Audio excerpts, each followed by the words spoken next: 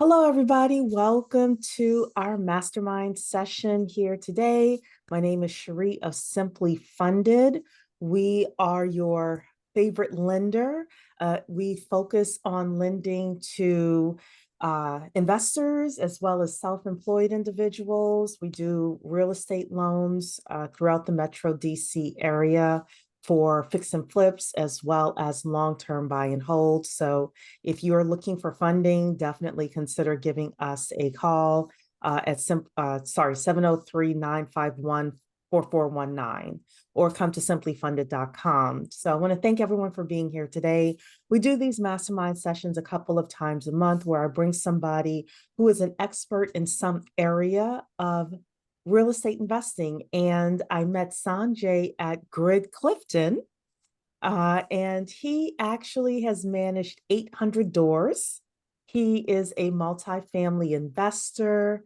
And I know so many people really want to learn more about multifamily. So he's gracious enough to come here today in order to chat with all of us. So the way that these sessions work is Sanjay and I usually go back and forth for about 20 minutes. And then I open up the lines for all of you to ask him questions. And this is very interactive session. So Sanjay, first of all, welcome. Thank you for having me, Cheree. It was great meeting you at the Grid Clifton. I've been looking forward to this. So thanks for being so accommodating and rescheduling from last week. That Oh, was awesome. absolutely. Yeah. Yeah, And no, you were on travel. Well, it looks like is that the Millennium Falcon? What is it that? is that I travel so much, I got to be in a spaceship, man. Are you Harrison Ford? Not exactly, right? No, my wife wouldn't say. My wife would probably say no. So tell us a little bit about yourself and how you got into real estate investing. Sure. For 26, 27 years, I was a software engineer. I did that as my W-2. I had had no inkling about going into real estate. My wife is the one that actually got me into real estate. She was starting to look for something to do once our boys grew up, and she started doing fix and flips, actually here in DC, for a little bit. And then as that progressed, we started looking for something that would increase our passive income as well, because I was looking for something that I could replace my W-2 with. I was getting tired of going into a job, and so so as she was doing that, I started looking at commercial real estate as a passive income vehicle. I invested in, what is it, eight or nine different limited partnership opportunities. A limited partnership opportunity is essentially in a syndication, a commercial syndication. There's two types of partners. There's a general partner and a limited partner. The Mhm. general partners are the ones that are active on the deal. They're the ones that do the asset management. They're the ones that sign on the loan. They would have found the property, and they do everything day to day. The LPs, or the limited partners, are the ones that are totally passive.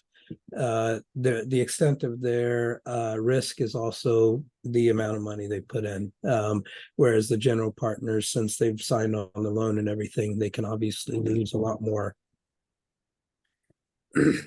Okay. But yeah, so I looked for a number of limited partnerships. I I was able to get in on eight or nine different ones. That's actually been going really well for us. It's evenly spread between multifamily and retail space. So part of that, we have over 800 doors and 1.3 million square feet of retail space as a part of our limited partnerships. And then in a couple of years ago, I had the opportunity of leaving my work, I worked for them for 18 years. I was the highest price engineer in the division. They were getting ready to sell the division. You know what that means, right? Uh, it, It it was means the you're about to be happiest. laid off. Is that what you're trying to say? Yeah. So my boss came to me. It was the easiest. It was the easiest exit interview he ever had. He looked at me. He's like, I knew exactly what was going on. They called me in on a Friday, it was and then the HR rep showed up on Zoom. I'm like, okay, I know what's going on. Tell me what you're Mhm. going to give me. All right, and I negotiated my exit. I guess essentially, I was thinking about leaving in a few months anyway. They paid me to go. I was happy to do it. I actually found a job the following week, better pay, absolutely no commute.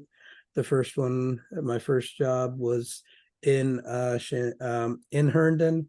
I live in Bristow. Uh, the job I found was in Bristow. And then my wife and I sat down together and we're like, well, you know, we've been talking about doing this full time anyway.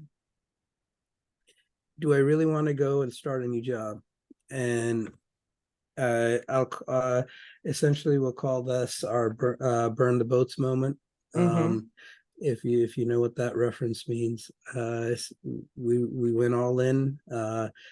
I called in, turned down the job offer, and I've been doing commercial real estate full time since then. Over the past couple of years, been able to get into a couple of general partnerships, 60 unit in Slippery Rock, Pennsylvania, and just closed on a 66 unit portfolio up in Cincinnati in June. And really been doing that and maintaining the other limited partnerships and having a good time. So I have a lot of questions for you. I want to start back when you were just starting off your real estate investing, because it's great to see Sure. where you are now, but did you start off in multifamily? Did you start off buying a single family house to rent out? Did you start off doing a fix and flip? Like what was the first deal? First thing, my like I said, my wife was doing fix and flips, She was and doing fix I and flips. supported her while I Mhm. was still working. Then it was she did most of the heavy work with the fix and flips because I still had a full-time job at that point. Okay. And then what caused you to move from fix and flip to the long-term holds? So over time, one of the things we realized is the fix and flips is very transactional. It's Mhm. also it requires a bunch of your time and finding the properties and and and maintaining the relationships with brokers and things like that. A lot of that is very similar if you think about when you're looking at fix and flips and commercial, you're just looking for different types of properties. So as we were going through it, we decided we wanted to be able to scale. We wanted to have continuous income as opposed to just transactional income. And that's why we decided to start looking at something that we could buy and hold. We actually did some single family rentals before we started commercial as well. Um, we did those, and then as I was doing those, I'm like, we lose one tenant. The you know the all of our there goes all of our cash flow. Right, the money's at work. So I started thinking about you know being able to sort of make sure that we had enough doors that one tenant didn't make a difference. So and multifamily was where I decided, or we decided together that would help us get to where we want it to be quicker. And it was also a bit more scalable in terms of being able to acquire more doors quicker. So that's why so about a year and a half, we have 136 doors. It'd be pretty hard to acquire 136 houses in a year. So Right. That was going to be my next question was, because a lot of people may look at this today and they may only own one property. Maybe they own their own home in like one other piece of real estate. You know, how long should people give themselves to build this kind of portfolio? I mean, you didn't obviously do it overnight. it's really how much time do you want to put in and how much do you have? Mhm. The I real estate is really on how much it um I've actually been a bit laid back with how I've done stuff, so it took me a little longer to get my first commercial property, but uh, I was I was doing a lot of networking.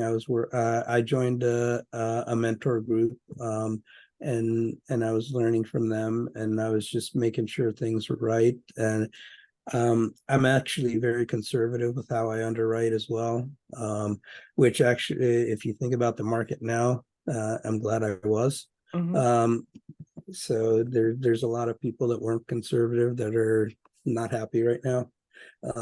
So, but I know some people that got in, as soon as they started commercial, they got in on so many deals and did, you know, and grew way too fast. I didn't want to do that. So Yeah. So when you say you were conservative, what metrics do you use in order to evaluate a property? And tell us like the difference between a conservative being you versus somebody who took risk, who's now okay. upside down in their decision in their property. Okay, so since I'm doing syndications, that means that I need to do a couple of things, right? I'm going to maintain relationships with brokers, but I'm also going to be looking for investors, because as a general partner, I need folks that are willing to be limited partners for me, and that's a big responsibility right there, right? Because Mhm. you're taking you're being given the responsibility for helping out folks that have saved this money from their W-2s. And they've been saving this money for something, and they decided to invest with you because you're promising a return. So you have to take that pretty serious, right? Um, but when we evaluate a property, there's a few things you want. And actually, let me do this. I actually do have a presentation Okay, that I can show you. sure. It, let me see.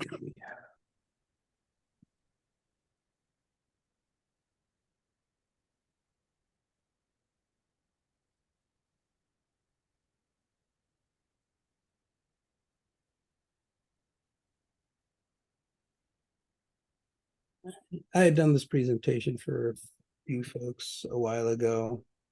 As you can see, there's my team of other partners and stuff, but it actually goes into a few details, so to make it a little easier if you see some slides as to what we do in turn for evaluating properties and stuff. But first things first, you always want to know the market that you're going in. You want to understand it. If you're not used to the market, then you want someone on your team that has experience in that market. Like the property we had in Cincinnati. I don't know very much about Cincinnati, but I had worked with one of my other general partners, that's all he does. The only thing he does is investments in Cincinnati. He knows that market backwards and forwards, and he's been doing that for years. You want to understand the class of property that you're going to look at. There's A, B, and C. A is sort of like the luxury apartments. They have a lot of amenities. They're really new. B may not be as new, but slightly higher. C is more of a working class area. So I usually go with C plus properties. They're easier to add value to, in my opinion. And then you want to think about your own hold and exit strategy, which is we typically do a life cycle of about 5 years when we underwrite a property. The and in the 3 to 5 years, we'll decide if we want to either refinance and hold it, or if we're going to sell the property and move on to the next one. But a 3 to 5, usually a 5 year life cycle for most syndications is what you'll see out there. So if you're buying C class or C plus class Mhm. properties and fixing them up, then you're increasing the value of them. Are you Right. increasing it so that you're able to charge higher rents? So then you're increasing the value of the property. Is that Exactly. okay? All right. So the way that commercial properties are evaluated, it's not the same as residential. Mm-hmm. Whenever the way you the way that commercial properties are evaluated depend totally on how much money they're bringing in, and how and the net operating income. That is what the bank is going to look at in terms of evaluating it for a loan. That's what other investors are going to look at when you want to sell. So that's the key. Anything you can do to add to the bottom line in terms of net operating income, whether that's reducing expenses, whether it's raising rents or adding other sources of income, like let's say it's a C class and none of the units have washers and dryers in them. If you add a laundromat or something, and that adds some income, that would add to the bottom line. Mm-hmm. So do If you you look it for do you just look for distressed properties themselves, or do you also look for distressed owners? uh I'd I look more for the distressed owners, because well, they have incentive to sell. Mm-hmm. And as long if the property is not that distressed, it's a lot easier to add value. The property that we bought in Cincinnati, it's actually a very light value add, but we're going to be able to add probably about $100 to $200 in rent per door over the next few years, and then continue, and conservatively we're saying we're going to do about a 3% rent increase. The market says we can do 5 to 6, but that's where you were asking about being conservative. Mm-hmm. Just because the market's been doing 5 to 6 over the past few years doesn't mean that that's what's going to continue. Right. So in our underwriting, we plan for we're conservative, and if we get better market conditions, then we do better for our investors. Very good. Did you have something else, or otherwise I would open it up to others on the call to Oh, you ask you can questions? yeah, why don't we open it up, and anybody that wants to. Okay, so hello everybody. Again, I'm Cheree of SimpliFunded. I'm your favorite lender. I'm gonna start saying that to everybody. So if you're looking for funding for your deals, definitely consider us at simplifunded.com. So now we're going to open up the conversation. You can unmute yourself. Actually, Teresa has her hand up. So Teresa, you're able to ask your question. Hey, how are you doing, Cheree? You know I'm me. good. How are you doing? Good. So I had to come to listen to this. Sorry, I'm driving. Okay. And I wanted to know, Sanjay, you have a meetup in Nova, right? I do. You do. When is it and where is it? I have a commercial real estate meetup. It is every second Monday of the month. Write this down. And we meet at the Craft House in Fairfax at 6:30, and we stay there until pretty much the last person leaves. So Oh, it's a meet and greet. So the next one will be on December 11th. okay, great. So my husband and I are also in commercial real estate. And Nice. we have 11 LP deals, a JV deal, and we have a small portfolio of homes in Nova. Um, we have a multifamily in Alaska, which was our JV deal. And so we were just looking for more folks in the multifamily space to talk to in Nova. So that's kind of what I was looking for. Awesome. We usually have about 20 to 25 folks. It's a mix of folks that are just thinking about doing real estate or think about any real estate, have no experience, to folks that have been investing in real estate for 15, 20 years. So Okay. it's a nice range.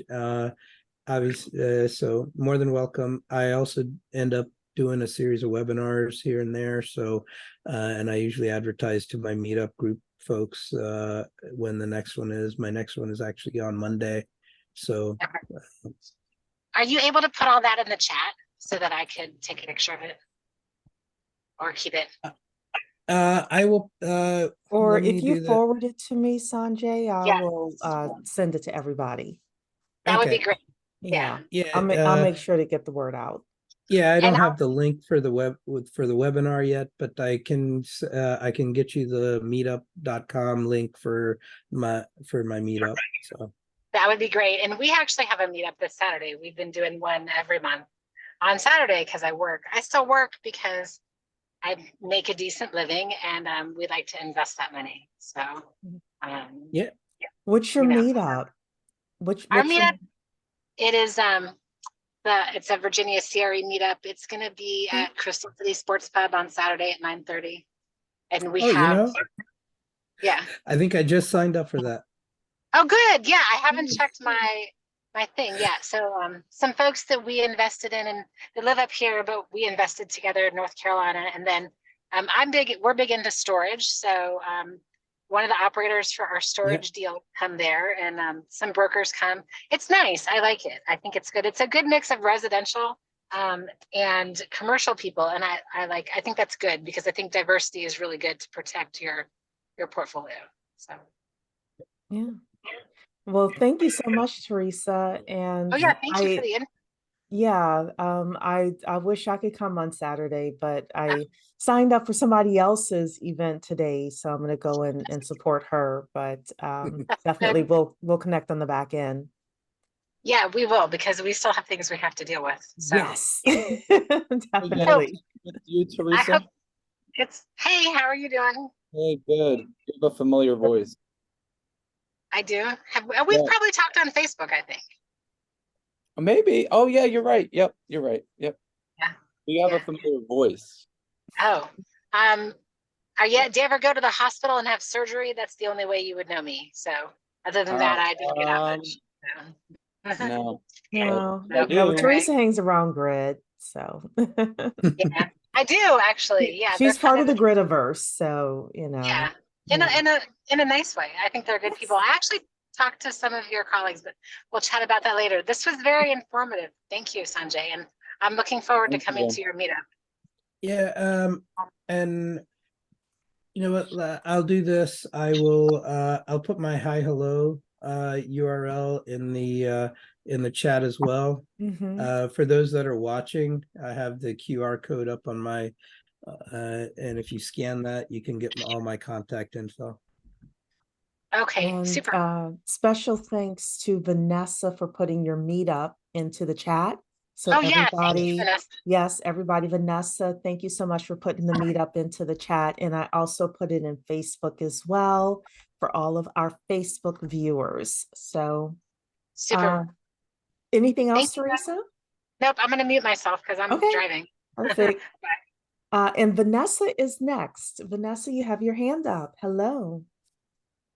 Hi, Cheree. Thank you so much. Hello, Sanjay. Actually, I've been to your meetup once, and I made some really great connections there. I still talk to them. So I definitely encourage if anyone can attend Sanjay's meetup. It's pretty good. I liked it. um, Well, so thank you, Vanessa, and thank you for putting the link in for me. yeah, absolutely. Um, I'm new to real estate investing. I've been going to all these meetups trying to figure out what exactly I want to do. And I actually, through your meetup, actually, I did meet a few people in syndications, and there's Mhm. like this other community in Alexandria that is a group of DMV multifamily investors. And I've, with going to all these like meetups, I've sort of gained an interest in multifamily, and that's actually why I'm here. And the one of the biggest advice I've got from a few people is like to learn how to raise capital, like just develop that skill. So I wanted to ask you, what is that process for you like? And also, if you were to go back, a few years ago when you were starting, what do you know now that you wished you had known then, that would have drastically helped in your process, in the learning process faster? So. Um, yes, definitely capital raising is a big skill to have.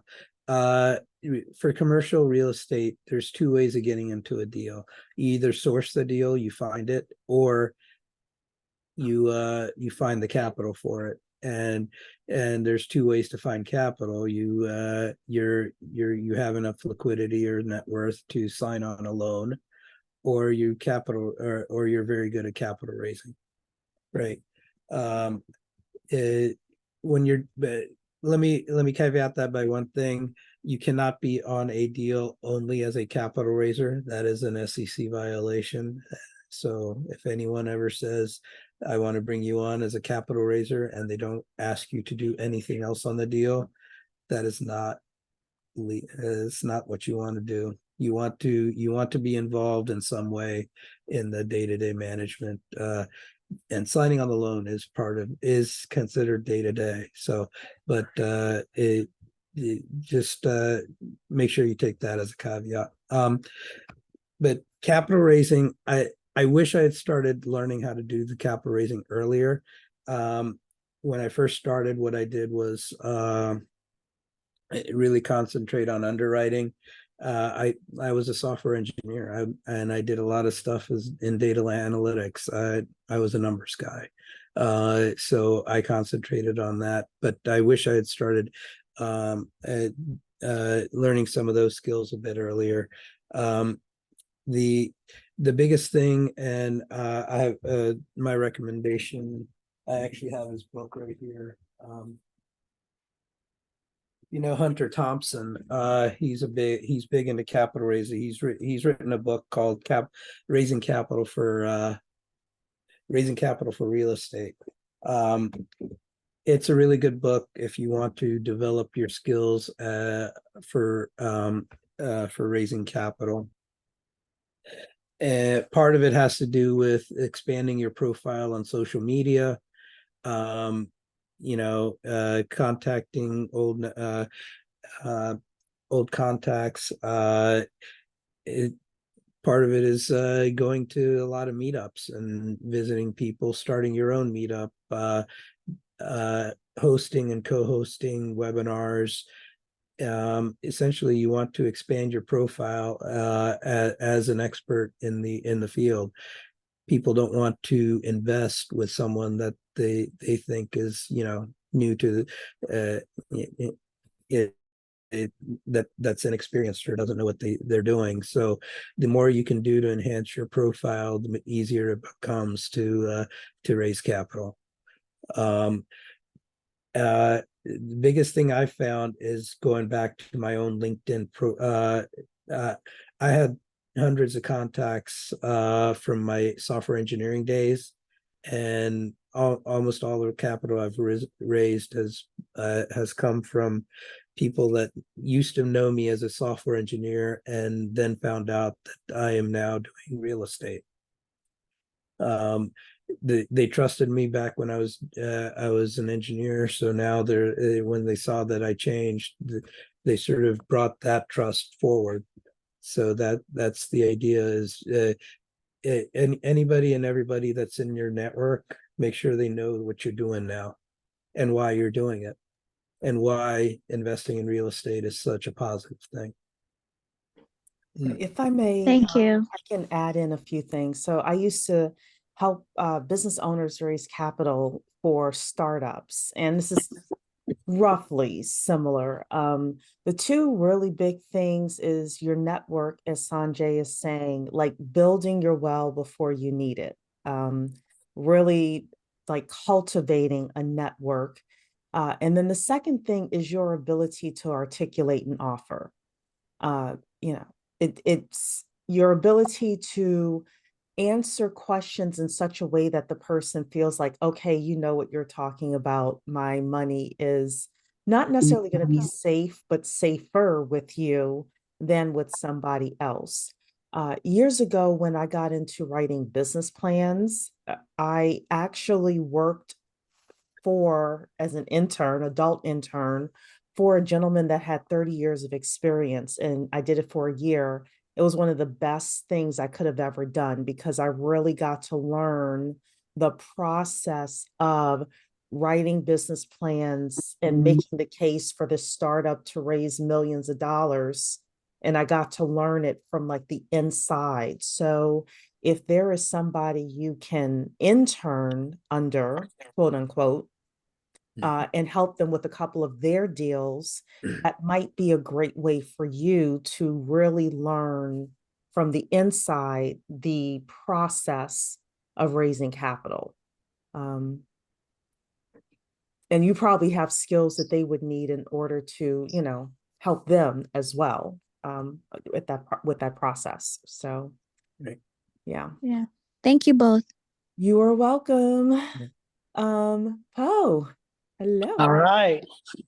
Yeah, I just saw the announcement and then I signed up right away. I'm glad I did. So my question really has to do with my cold feet and to see if, you know, they are reasonable cold feet. I was very bullish, feeling very bullish to get into multifamily a few months ago, starting to sign up loop.net and look at properties, calling the listing agent and things like that. And then a number of my properties, HOA fee went up because of insurance. And that was the only reason for it. So I want to ask you about the insurance outlook and how that might affect real estate investment and how do you deal with it? And then the other thing is I am looking into, say, 4 to 10 unit, maybe 20 unit residential apartment. I have no experience and I think it's pretty scary. So I'm going to start going to some of this meetup and learn. But today, whatever you can offer as way for me to look into it, the cautionary tips or whatever before I make a big mistake, that would be great. Thank you. Okay. So one of the things you may have noticed is this year, I don't know how many people have been following the commercial real estate market, but last year and the year before, there was a lot of deal flow. It's almost it's decreased by a large percentage this year. The reason why is because of how the interest rates have gone up. And part of it's what you just said with insurance rates, especially in Florida and Texas. Insurance has gone up astronomically in some cases. I've heard of some folks where they put in a LOI, they do the due diligence. Typical deal usually takes about 3 months or so to close. And from the time that their LOI is accepted and they had their quote from an insurance company, but then right, they go to close and the insurance rates have gone up 100%. 50 to 100%, and it totally throws off all their underwriting. So depending on the area you're in, you need to be really careful with the insurance rates, and you need to keep talking to the insurance companies regularly, because that can totally screw up a deal. There are right now, I like the Midwest right now. It's a lot it's a lot less expensive in terms of acquiring properties. That's why our last deal was in Cincinnati. We got this for about $56K a door. You can't get that price in Florida and Texas right now. But it really depends on what your goals are also, and how you're and what some of your investors would like as to where you look. But as you said, the insurance rates are they're a bit more stable in the Midwest. And from some of the folks that I've talked to, insurance brokers I've talked to, it's usually better if you're going to invest in like Florida and Texas, you do it after hurricane season. During hurricane season, you can get totally it can totally derail the deal. So you're muted. Oh, if you're trying to talk, You're you're on muted. mute. Yeah.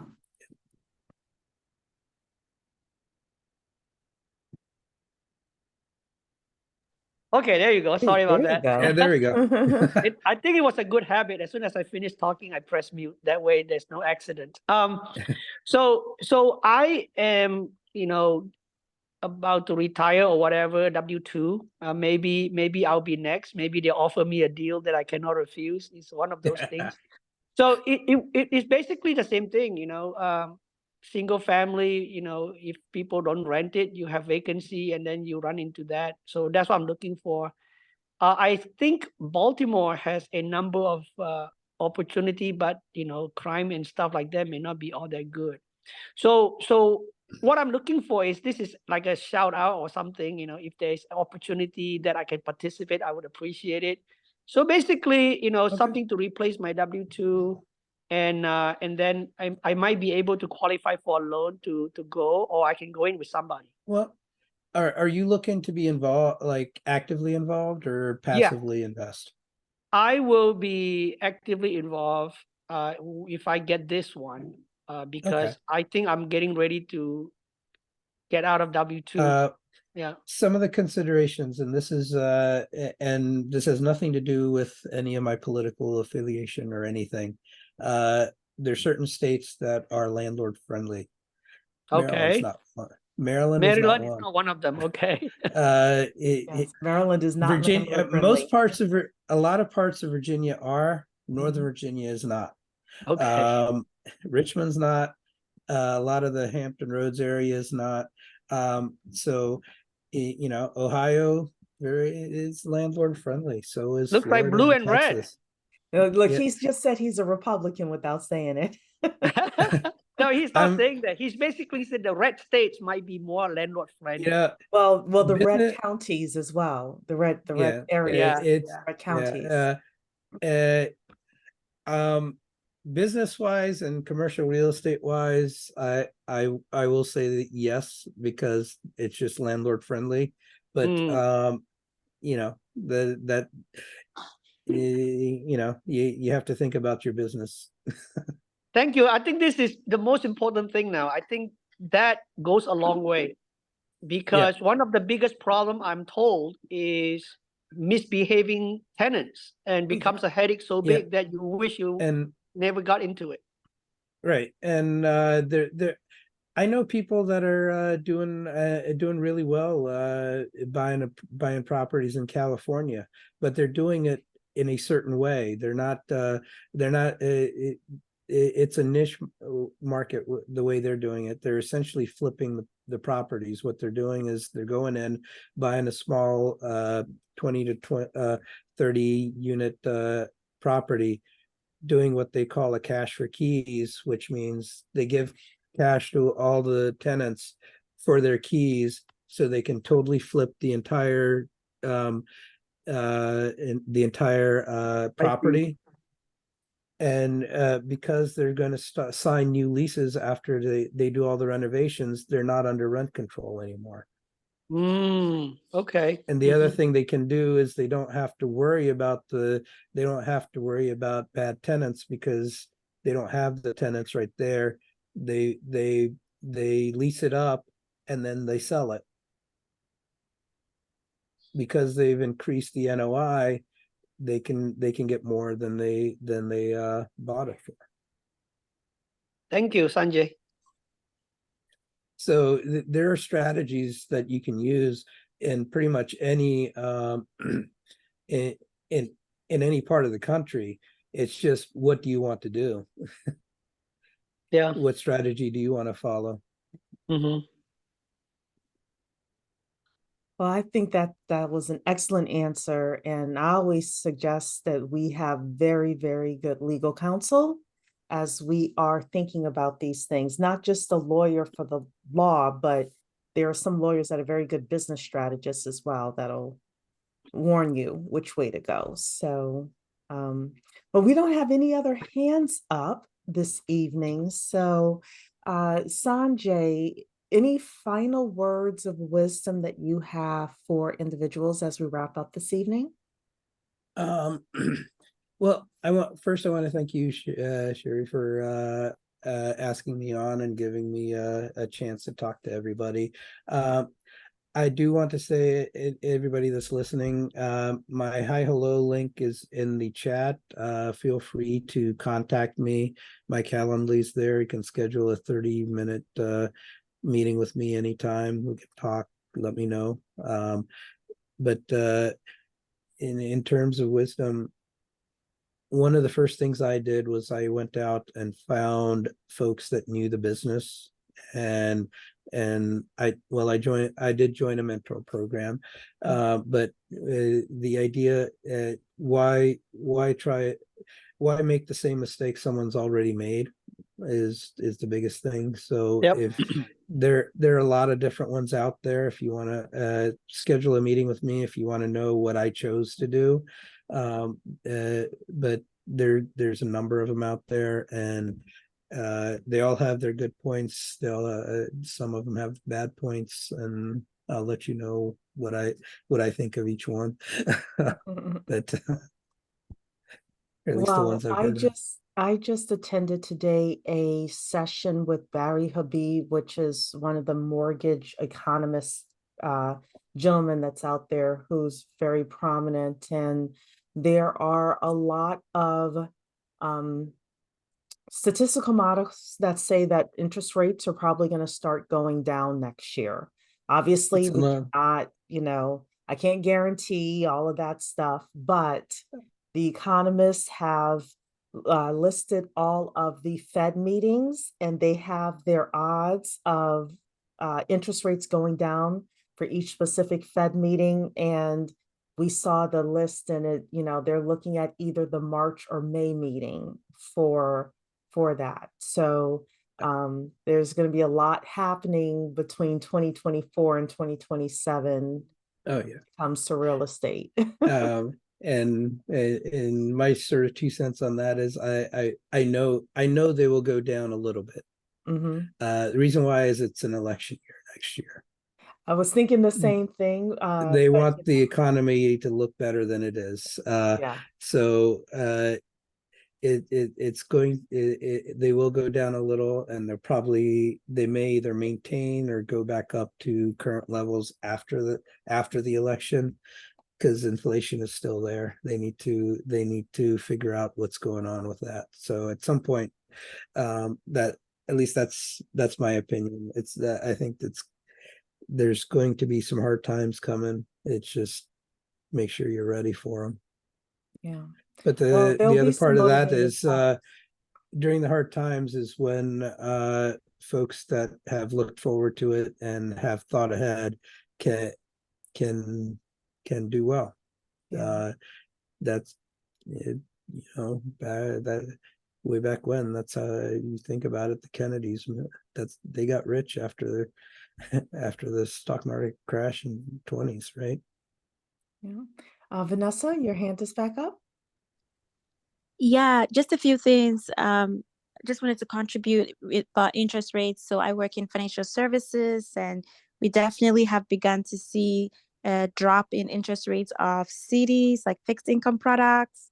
So that's typically a sign that, once you begin to see that, then interest rates in real estate are probably likely to go down as well. But, I mean, that's just a comment. I'm not saying it's going to happen, but I just wanted to add that.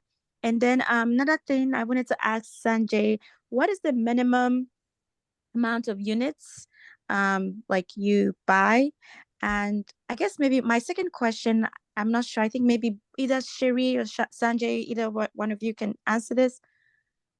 I have some leads on some multifamily properties here in like the DC, Maryland area, but I just don't know how to find like the buyers.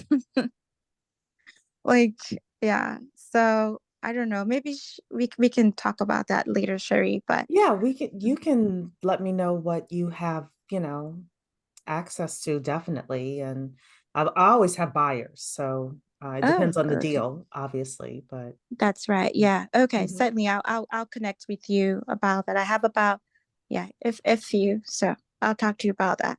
Okay, but I will admit I don't know anything about negotiating those kinds of deals. So Right. maybe if Sanjay is not available, then we have Rob Chavez, Mike Capello, some of the other people within the Gridiverse that can help. So Okay. All right. Sounds good. It's a connection that I made, and he has like all these off-market leads of these properties, but I think it's kind of find it hard to like find the buyers. So we kind of like joined venture together to find it, and I'm just trying to figure out how to help him there's and provide probably a value. reason why good deals go pretty quickly. So I would be Okay. Especially right now. why. Mm, Right now, good deals are going very quick. okay.